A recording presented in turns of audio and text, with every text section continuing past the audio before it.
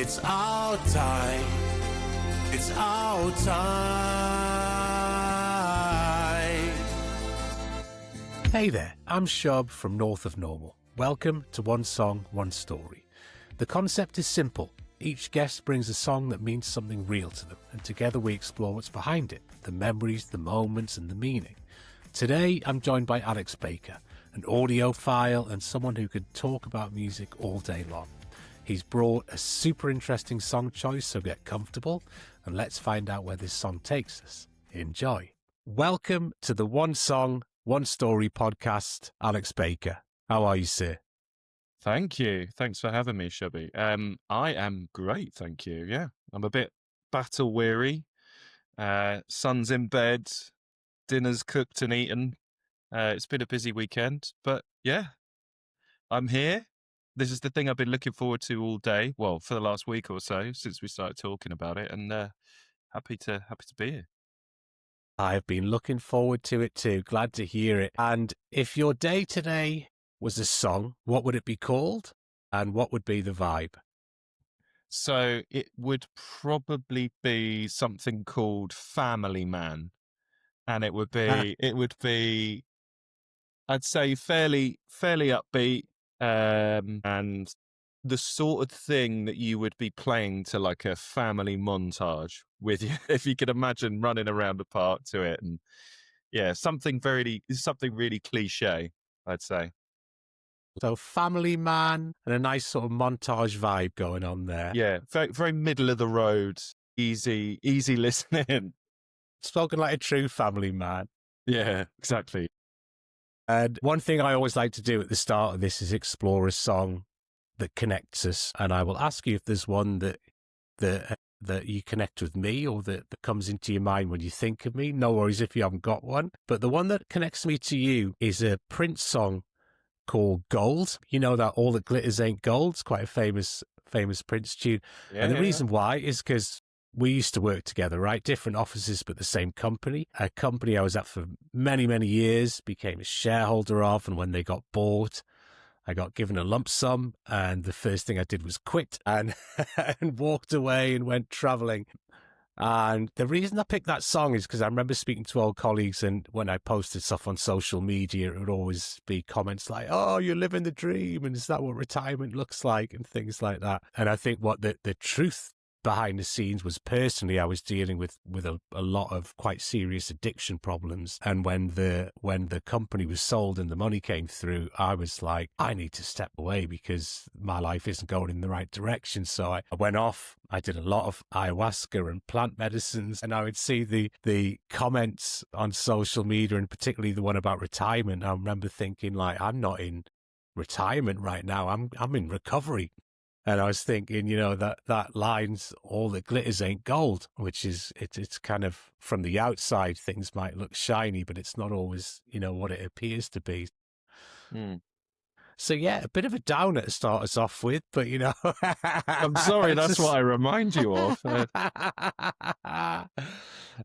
Is there a song that comes to mind for yourself? I think you might hate me and to be fair, this is, in a way, this is ironic, but my song for you, and it's because, don't hate me for this, I always thought you remind me a bit of Bez from the Happy Mondays. And vaguely, not in character, just as, and also I'd say whenever I bumped into you, I always got the impression that you were like, love to party, like in a good way, and 24-hour Party People by the Happy Mondays is probably the song I'd associate you with. That was definitely too true back then. Yeah. But that was quite spot on. I don't mean too literally 24-hour Party People, or maybe I do. I don't know, but it was mainly the Baz connection that kicked it for me. Yeah. Oh, it was pretty close to 24 hours. Yeah. There's a few hours sleep in between. Yeah, it's good. And yeah, we were chatting before about music, and so I guess, would you describe yourself as a creative person? Especially when I was younger, I think some of us tend to lose that creative flair a bit because we don't tap into it or use it as we get older. Some of us go into that formulaic sort of rat race where you you go get educated, you go to university, you get a job. You've heard this before, I'm sure. And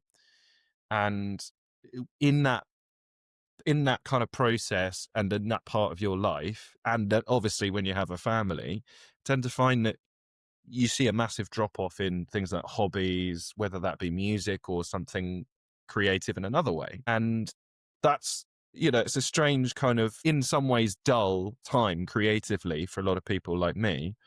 But then as they get older, and I've seen this happen with people in my family, they start to get that time back, especially when they retire and they pick those old hobbies up again. So like my father-in-law's picked up saxophone for years now, but because he's retired, he's playing in bands and things, and he's doing great.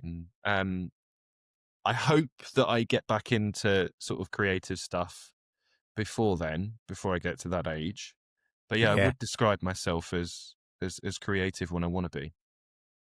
Yeah, that's interesting what you say there. I'm listening to the Rick Rubin book at the moment, The Creative Act, and he says that the creativity never stops. It's just that you stop listening to it. Mm. And you're a dad of a very small human. You've got other things to listen to most of the day, so it's there. And I get what you're saying about when you get that space, suddenly you start hearing it again. Yeah. And you were talking before as well. So would you describe yourself as a kind of a bit of a sound nerd? You were talking about being into audio engineering side of things. Is that kind of what you'd like to do in the future, or? Yeah, it would be. It's one of those like dream job type scenarios. There's lots of Yeah. different things. I'd love to run a listening bar, and I also love coffee, so that would be a nice coincidence as well if I ran a Wait, coffee what? shop. A listening bar? What is a listening bar? So I first came across them in Japan, and a bunch of people did years before I ever got there. So I don't want to sound like I discovered them, because I didn't. And Yeah. hence there was a bit of an explosion of listening bars in places like London. So places like Brilliant Corners, for example. If you can imagine, people went out to Japan, they saw this strange culture of bars where you've got incredibly high quality sound systems, DJs playing mostly all vinyl sets. This is going to sound quite pretentious, isn't it? Really good, nice quality cocktails and whiskies and what have you. And people could just talk at a really nice level without having to shout, because the audio quality is so good. But if you wanted to go up and have a bit of a dance, or just sit and listen to the music or an album or whatever, and they let the songs breathe quite a bit, that's what it's like. So you can go to places like Brilliant Corners in Dalston, and there's another one near King's Cross, which is a different name. It's a different place run by different people, but I've been there before, and it's great. So it's like just imagine a huge, amazing sound system and DJs and cocktails, basically. I love that, and not having to shout. Exactly. But yeah, just going full circle on that, I'm a bit of an audio guy. I love my hi-fi and things like that. So for me, it's just as much about the music as it is what I'm playing it on, rightly or wrongly. Brilliant. Okay. So I'm so interested as an audio guy, like, does that really affect your experience of how you listen to music? It can do, because you could be listening to, I'll tell you where it does affect me. So I could be, and again, this is going to sound like a really snobby comment, but I could go around somebody's house and they might be listening to some music, and it's on a little iPod speaker or something like that, like a little Bluetooth Yeah. speaker. I'm like, I can't really enjoy it like that.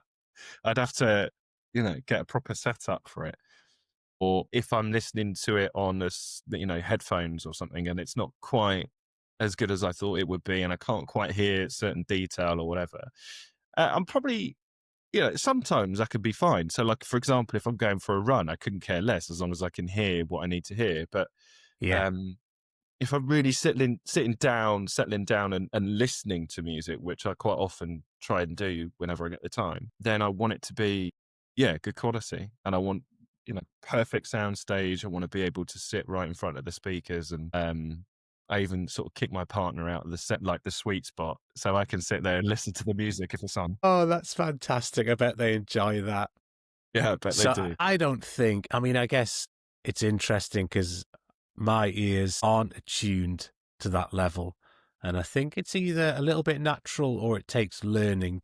Haven't put the time to learn, but I know when I work with my brother, who's the producer for North of Normal, he'll send me a mastered version of one of the songs I've written. And then maybe an hour later, he'll say, "Oh no, I've actually really improved it. Here's another version." And to me, I'm like, they're the same version still. No. I don't hear things on that level, or either I'm maybe a little bit preoccupied with what's happening in the song that I don't tune into that level of detail. But I find it quite fascinating that people with that ear can either really spot the difference, but it can affect their perception or their enjoyment of music, whether it sounds beautiful or whether it sounds tinny or whether it doesn't sound quite how they expect it to. It's quite interesting. Yeah, there's like for example, my partner listens to the lyrics a lot in songs, so she doesn't listen to other things. But I remember I sat down and listened to an album with somebody who I actually played in a jazz band at uni with them for like a couple of gigs because they asked for someone to play some percussion and some drums. We sat and listened to an album together, and he was listening to it in a completely different way, but he sort of picked up on the fact that I was talking about like, a shaker over there on the left, like, or something like that. And he was like, I wasn't really, I can hear what you're talking about, but he was like, you're listening to sort of really strange things that you're tuning into in the background and stuff. So he was like, it's weird. It's detailed, but it's just not what he was listening to. Whereas he might have been listening to the melody, Yeah. Classic drummer, Alex. You're like, I don't care about the lyrics. Listen to that shaker. Exactly. Yeah. I'm grooving out to the shaker. When did he start playing the drums? I started playing. So I remember I was in year 5. So what was I, 9 or 10? And I had some guitar lessons before that. And I enjoyed guitar, but wasn't really me in the sort of way I expected. So yeah, in year 5 started, I think it was beginning of term, and music teacher came in and said, right, we've got different extracurricular music classes that people can sign up to. Drums, I think there's a couple of others. And I was like, oh, drums, I'd like to give that a go. So I did. But I actually got my first drum kit technically when I was about 2 or 3. Wow. From my parents. It was a little Disney jobby. But yeah, there's some home video footage of me bashing that about at some point. But yeah, properly having lessons was about 9 or 10. Awesome. And still playing now? You were saying you've got the electric drum kit. Yeah. Well, I haven't probably played in about 18 months because we moved house and I had to pack it away during the move. But I did have it set up in our last place in London. But hopefully we're getting some space sorted out for us to get it all set up again. But yeah, I was playing it quite a lot, especially after a long day at work. Or like you say, with the creativity stuff, you could be just going about your day, but listening to some music and then something inspires you to think, oh, I just need to play, it might not be along to that music. It just could be something that's an idea that comes to your head that you just want to mess about with on the drums, I really miss my drum kit, but I think the reality is with tech equipment the way it is nowadays, it's a hell of a lot less space, but it's so easy just to create backing tracks on the computer as opposed to actually recording the live drums. But I miss playing so much, I think, and especially electric drum kits because they're so forgiving. They hide so many mistakes. Like if I got on a proper drum kit, I don't think I'd know what I was doing, but electric drum kits just make you sound good. Yeah, they can be, depending on how much you spend on a kit, they can be tricky, like on a proper electric kit. They could be really tricky to get the nuances right on them. So they might not pick up like a rim click in the way that you want to pick it up or whatever, or a certain technique.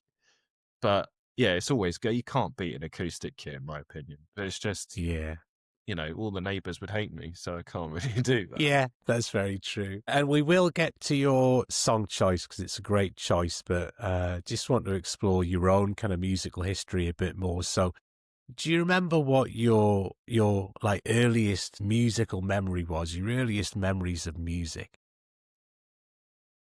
I think I do, yeah. So there's a couple. and it's hard to stitch together which ones are earliest. But one I'll pick out, which I think is quite early, is being in the back of my dad's car. I don't know where we were going, but I would say it's probably, I would say, given by the car it was, which I remember what car it was, it would have been about 94. So I would have been about 4 years old-ish, 3 or 4 years old. And it was Too Young to Die by Jamiroquai that was on. Nice. Yeah, Love that that was an early song. memory. Yeah, it's a good tune, yeah. So that was the first album.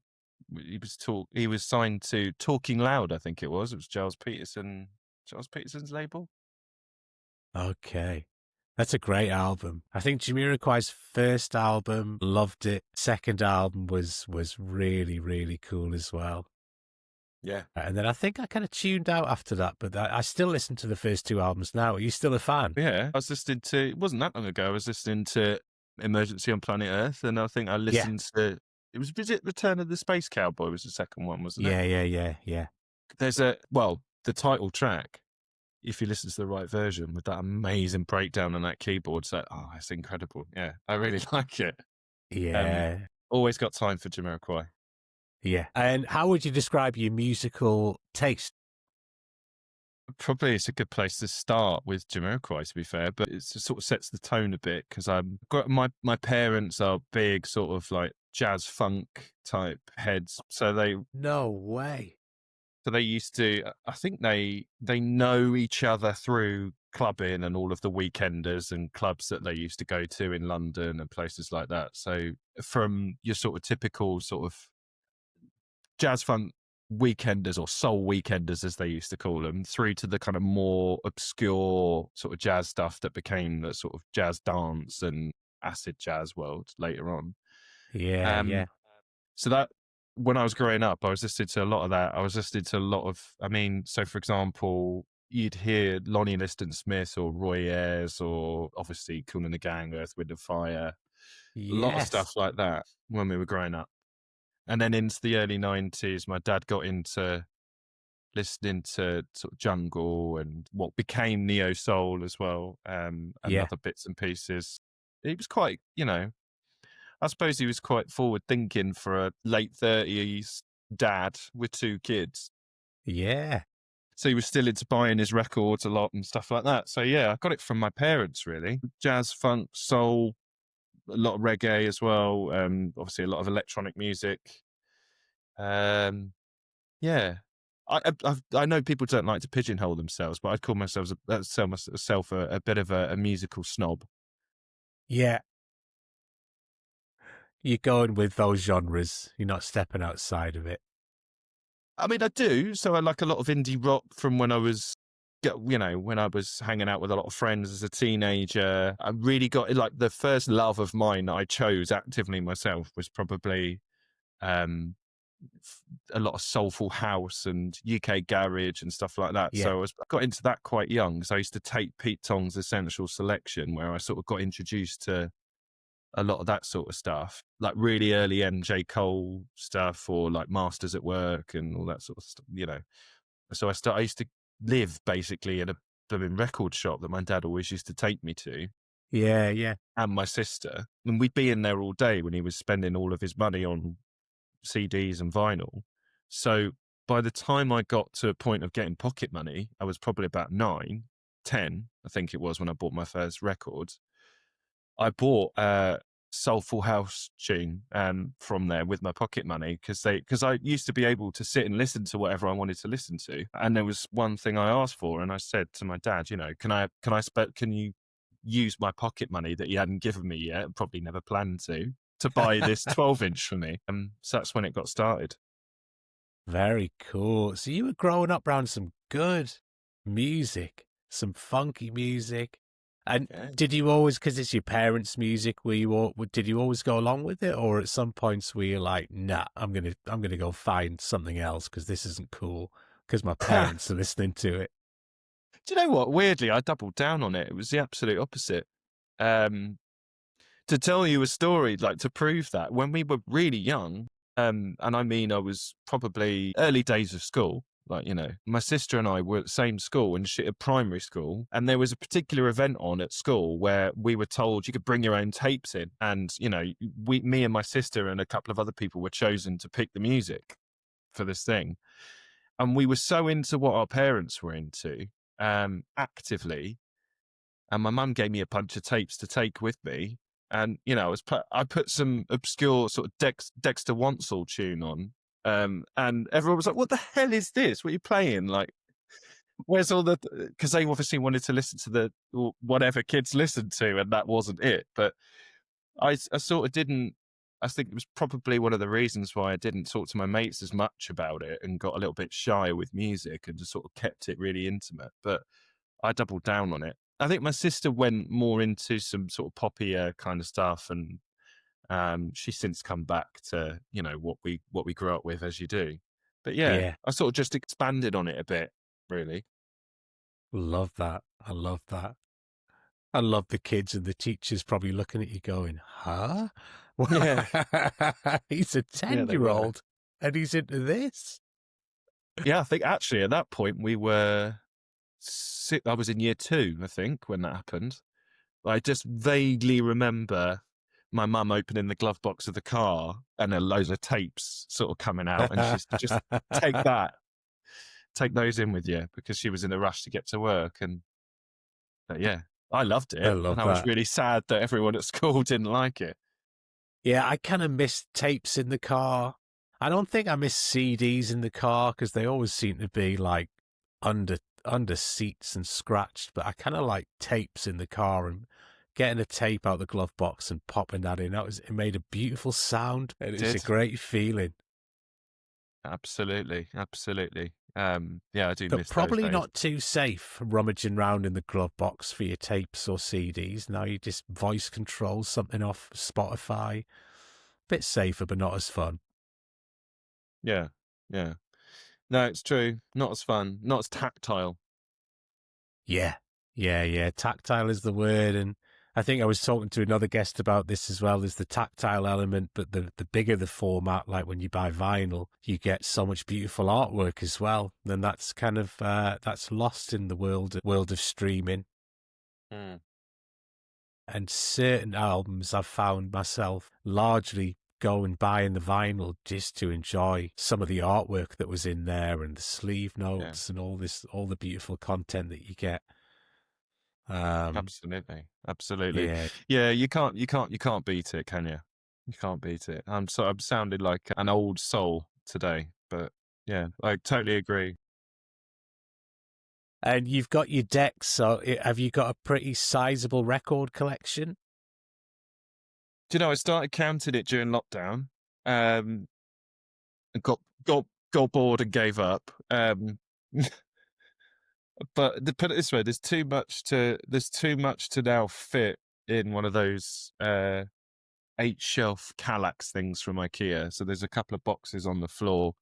Yeah, it's probably approaching, I'm estimating, somewhere between 1,500 and 2,000. I might be overestimating there, but it's probably something like that. Wow. Okay.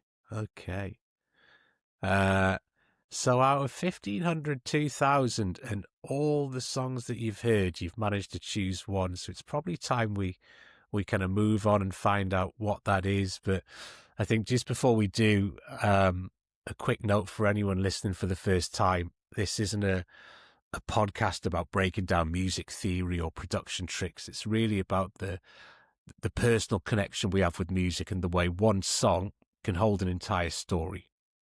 So if you haven't heard the track we're about to talk about, feel free to hit pause, go give it a listen, and then come back. I promise the conversation will land even deeper once the song is in your ears. So, Mr. Alex Baker, what is the song that you've brought with you today? Well, Shubby, it's Have You Heard by Pat Metheny, or Pat Metheny Group. Pat Metheny. I've been saying Pat Metheny for years.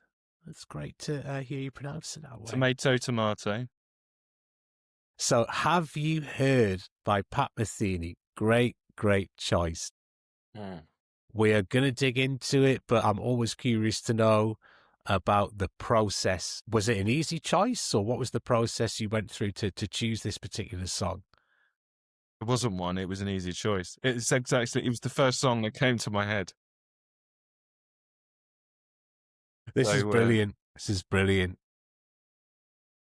they're probably, given the time between telling you and us recording this, that wasn't good for me, because by the time it got to today, a load of other songs did start popping into my head, and I did start thinking, I completely forgot about this, or I overlooked that, and why didn't I choose that? But I was still happy with my choice. It still felt like a no-brainer, because it sparks such an emotional memory, and it's it was just the best one of them all.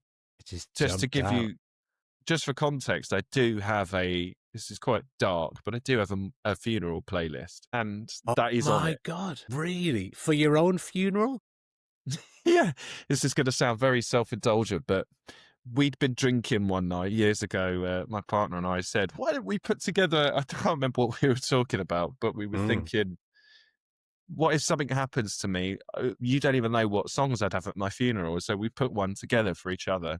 But it's a good thing, because you forget that this is a funeral playlist and it's got all your favorite songs on it anyway. So Yeah. Well, honestly, the timing of that, Alex, is insane. I mean, my partner right now is doing a course on the weekends to potentially become a death doula, like as in same as a birth doula, but for people who are leaving this world. And she does it on Saturday mornings, and we were talking about it last night, and she was saying, getting a really strong feeling that I would love to plan, my own death. And she was saying, I'd love you to think about it too. And I find it quite hard to think about, because I'm like, there's so much life going on right now. I don't really want to think about that. But the only thought in my mind was, I could probably do a playlist, which is, I could pick the songs I want to die to. Everything else I don't want to think about. But no. yeah, maybe that's my route in. I'll come up with a playlist, and then, yeah, wow, real Good route. coincidence. So yeah, Yeah. is it a good playlist? Have you gone like uplifting or sad, or is it? Do you know, that's not how I pick songs for things like that. I know a lot of people do put a lot, like, so my partner, for instance, they put a lot of thought and time into, if they were choosing something for a particular occasion, what, for example, like a funeral, or even for somebody else's funeral, you'd think you'd go for something uplifting or whatever. I just go for whatever sparks a memory, or whatever's, an important moment in my life, Yeah. personally, whatever means something to me. And it's got nothing to do with being uplifting. For example, if we're staying on this kind of, shade note, light and shade, my grandma's funeral, sort of during lockdown, she'd already put together what songs she wanted. And she chose Wish Me Luck as You Wave Me Goodbye by Gracie Fields, which obviously is a really emotional situation to have that song in, but it's very uplifting. It's very happy. Yeah. And it's very apt for a funeral, in terms of lyrics. But for me, it would just be, someone's going to have to sit down and listen to some obscure jazz fusion or something like that, and I just like that. And then a bit of jungle afterwards. Yeah. Well, actually, one of the songs on there is "Can You Feel It" by Mr. Fingers, which is not really appropriate for a funeral. So yeah, there'll be a little bit of that and some other stuff off that kind of ilk. But yeah, why not? But And I mean, if you that's like it, cool, have a right? rave. Because I'm hoping people at your funeral are going to know you pretty bloody well. And part of it might make sense. They might be like, this is very Alex. Yeah, I think so. But yeah, I just choose stuff like that, really. Nothing. I like it. Okay. That was great. And coming back to the songs, so really easy choice. It jumped out at you. Can you set the scene a little bit? Like, do you remember where you first heard this song? What was going on? So I would have been about 10. So obviously quite young, at school. In terms of what was going on around me, specific to the memory itself, I was as we talked about earlier, quite into audio, and so was my dad. And I bought my first record around the time I was 10. So obviously I needed a record player, and he got me really excited and said, look, I've got an old load of hi-fi separates up in the loft. We'll get them down and set them up after dinner, and that'll be your first hi-fi. And it was around the time, I think it was around Christmas time or just after, which is around the sort of time of my birthday in December. So I had a bit of birthday money, and I needed to buy a CD player for it because it was, this old Technics hi-fi system, but it was so Yeah, old yeah. it didn't have a CD player. So I went out and bought one for it, a Technics one for it, with my birthday money. And we got it all set up anyway, long story short. And what my dad said is that he'd he'd get some records out to play in my room with me to like sort of christen the hi-fi, if that makes sense. Because I'd not really built up a record collection. And I think he gave me about 5 or 10 old sort of acid house records from the late 80s to get started with. It could be worse. And he was going to play them in my room. And I thought, wow, my dad's playing his records not on his hi-fi downstairs, because it was almost very like, it was like an event when he gets his records out. And he was very precious. He's very precious about all of that. And he wouldn't let anybody touch it. And I was like, the fact that he's playing it in my bedroom on my stereo is like, I'm honored. It's a bit sad, really. But anyway, yeah, we got a few records out, and he pulled out Letter from Home, which is the album that this song is on, from Pat Metheny Group. And I'd never consciously heard Pat Metheny before. And he stuck it on, and I just burst into tears immediately on cue. Wow. Wow. And it's always an emotional song. And in general, Pat Metheny makes me do that. It just makes me cry, but in a good way. It sort of taps into, especially at the time, given this was, I was only 10, it tapped into something emotionally that I heard from the music. And the way Pat Metheny plays the guitar, the melody is chord inversions, and how he solos the way he does, and it's just beautiful music. Just brought something out in me. So yeah, that's the first memory I've got of it. That's really beautiful. And hopefully people have listened to this song. I'm not even sure if I'd call this an instrumental, because he's kind of singing. It hasn't got words, but he's kind of singing as well. But it's a beautiful piece of music. It does make you feel a lot. And I guess, do you have any sort of recollection or from looking back as to why it kind of had that impact on you? I was thinking about this earlier today. So at the time, in the moment, I think it was a sound I'd never heard before. So it was almost like such an overpowering feeling of just brought it. I think it just made me feel really safe, and but at the same time, just tapped into just so many different emotions at the same time. I probably just couldn't control it. And I guess this really gets to the heart of what music can do and how powerful it really is. Something could just make you cry on cue. And I wasn't expecting it. And my dad was very surprised from memory as well. And he probably gave me a hug, and thought I was upset about something. But no, I just said, it's just the song. And he said, yeah, it's beautiful, isn't it? But what I do remember is we had a bond over Pat Metheny Group. And, we went to see, I think I got to see him when I was about 12 at Hammersmith Apollo. And we went to see him on a couple of other tours. So we've been to see him about 3 different times now, every time he's over in the UK. But I've discovered since then that, what his music means to me and what it brings out in me now. And it's partly shaped by that memory. So it's really hard to kind of articulate why it made me feel that way at the time, but I can easily kind of go into why it makes me feel a certain way now. Yeah. What it does for me.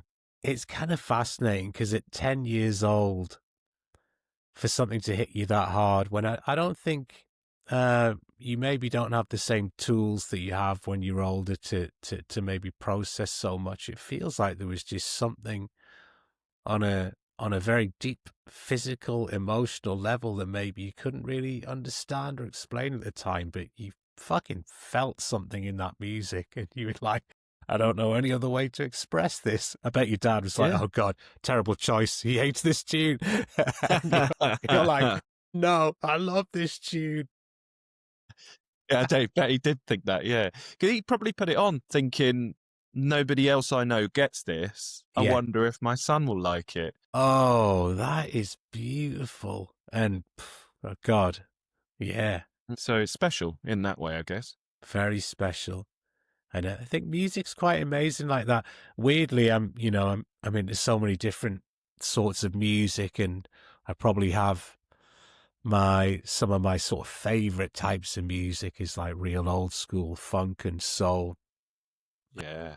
But out of all the amazing songs I've listened to, there have been two that have rocked me when I first listened. One was Sam Brown, real, pop singer from the 90s. Another one was a Funkadelic song, but it was the same feeling. But as soon as the song started, I just felt my stomach drop and felt slightly dizzy and had to sit down. I was just like, what just happened there? But yeah, there's something powerful about some bits of music that you intellectually can't understand what's happened, but your body knows. Your body's like, we like this. We like this. Yeah. This is very good. Yeah.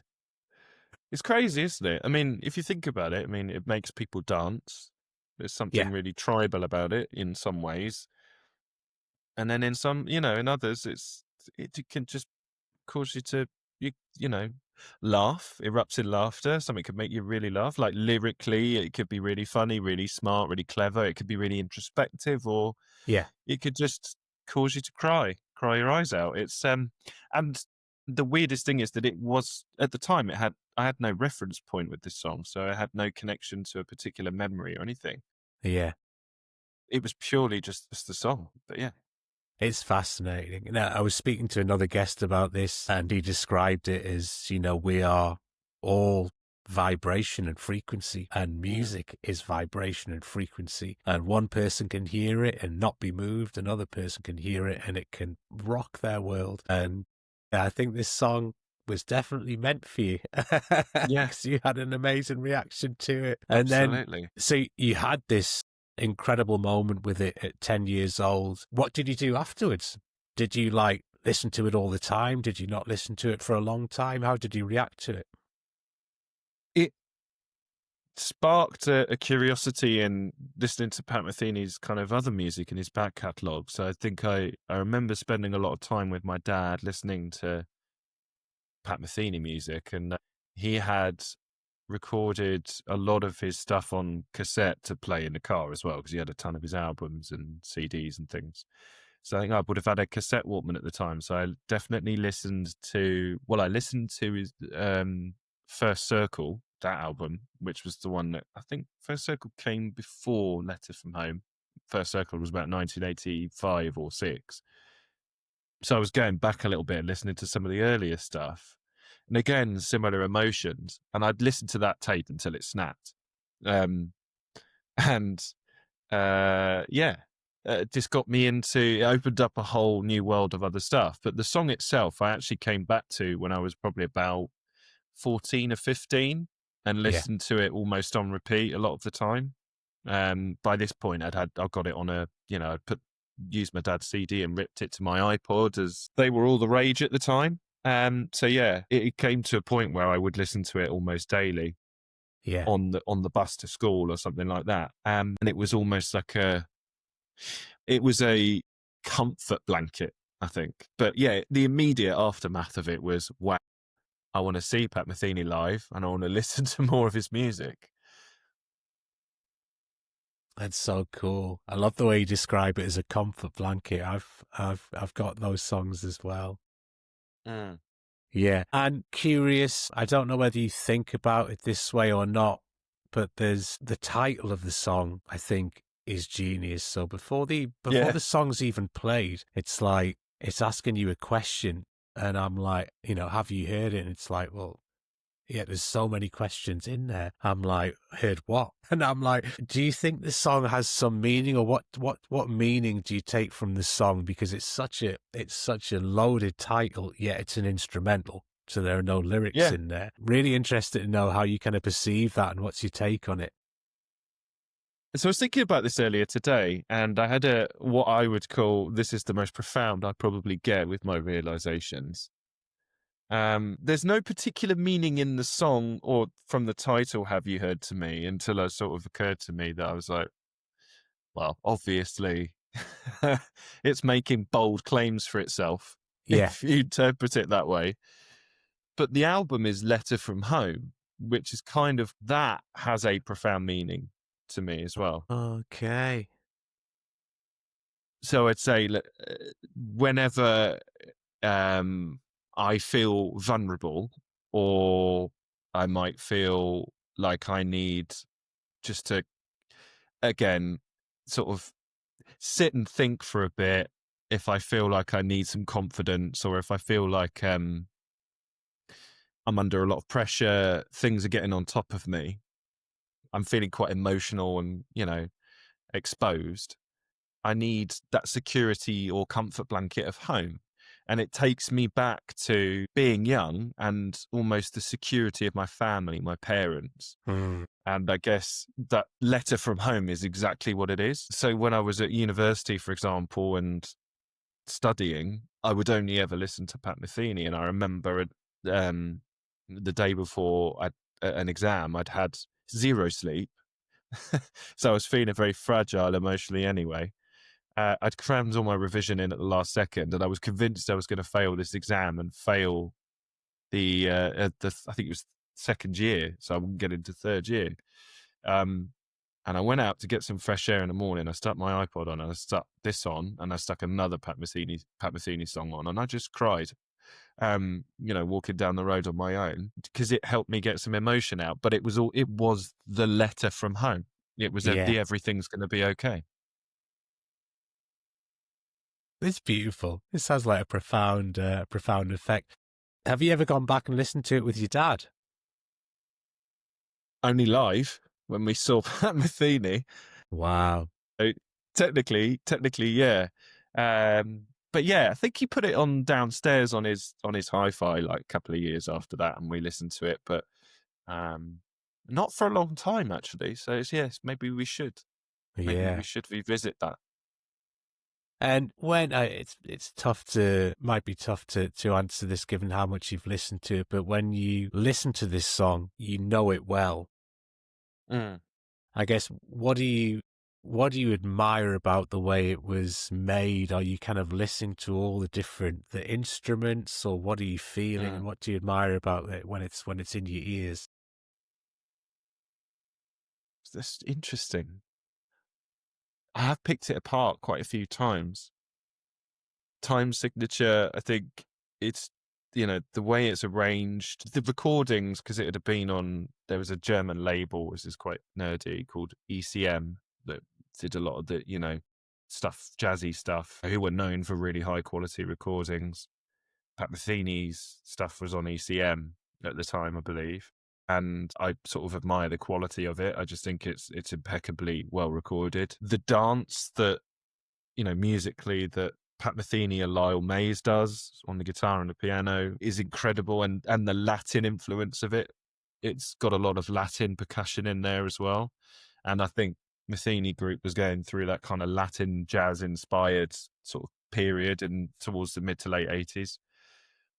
So everything I need to hear and wanted to hear, didn't know I needed to hear, is in that piece of music. But the musicianship is insane. And I think this might have been, again, just to go into my sort of Pat Metheny nerd world, I think it would have been Antonio Sanchez playing the drums. And obviously I pick apart the drums and the percussion, or I'm not sure it is play percussion, but it's just everything. It's greater than the sum of its parts. So I almost feels in a way like I shouldn't really be picking it apart, but then again, it's just wonderful, and it's just people at the top of their game musically.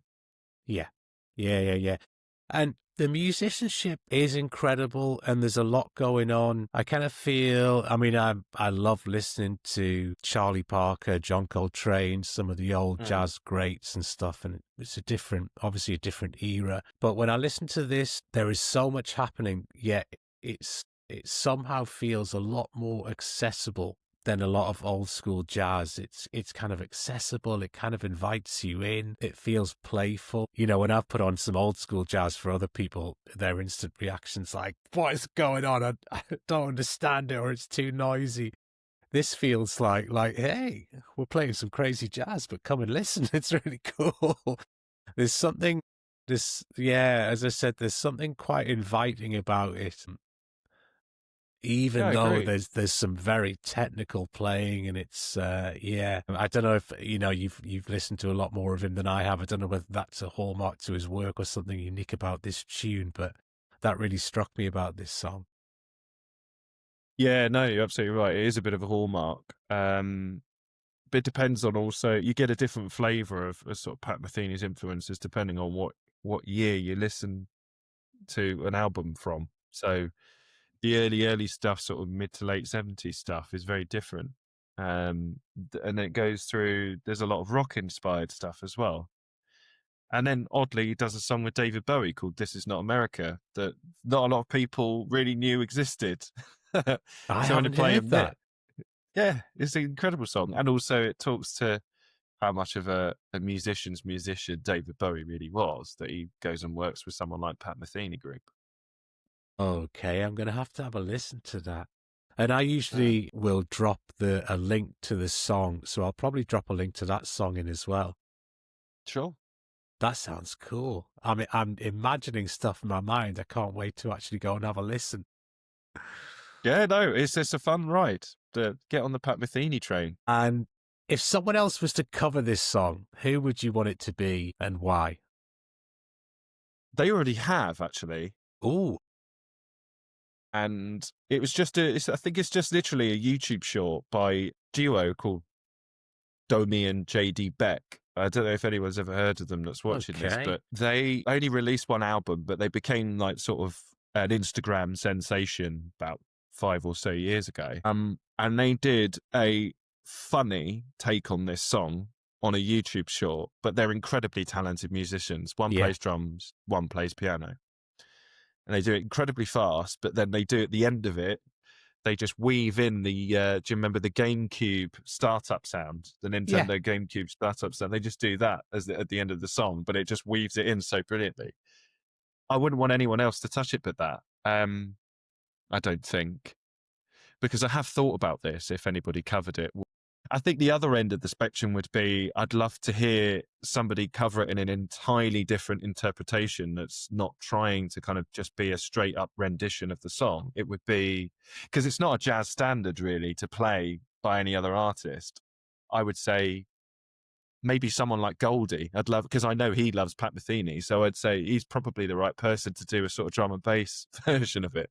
Wow. Goldie, if you're listening, you know what to do. Exactly. I want to hear that now. Now we're slowly coming toward the end of our conversation, but before we do, just looking back at what we've shared, and now you've really got to talk it all through, is what stands out for you most right now? Was there anything that's changed for you through the process of talking about it? Mainly the realization I had today about the sort of letter from home, that it is, and how much of a comfort blanket it really is to me, and how many memories it kind of evokes between that point and now.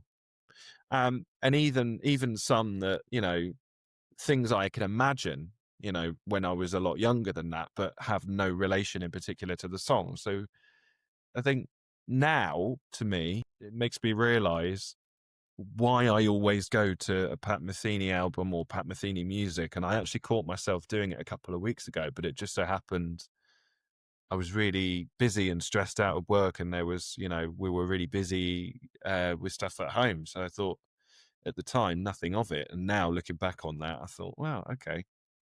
Yeah, it's It's obvious so why cool. I'm doing it and why I'm going back that way. Yeah, it's beautiful to have that. I wonder when your kids are slightly older, you're like, okay, they're ready now. A, they don't have a choice. B, I actually did it when my son was a day old. Really? I was too keen. So we brought him home and he was crying. And so I stuck him in front of the stereo and I stuck on a Pat Metheny album. Wow. And he went he went silent. So it could mean one or the other, you know, either loved it or hated it. Fantastic. Listen, Alex, thank you for bringing this song and for bringing yourself so openly. It's been a beautiful gift to share this time with you. Before we close, where can people find you, follow you, connect with you? I'm going to sound very old school, but I'm still on Facebook. I deleted Instagram because I spent too much time on it years ago, but I did used to do loads of nerdy pictures of hi-fi and records playing and stuff like that. So maybe I'll kick that back off again, but otherwise, yeah, those are the socials. LinkedIn, I suppose, but I don't want to sound too corporate. And if anyone really wants to, through you. Et voila. Alex, thank you so much. It's been a pleasure. My pleasure, Shubby. And look, thanks for inviting me on today. Thank you. It's our time. It's our time. It's our time.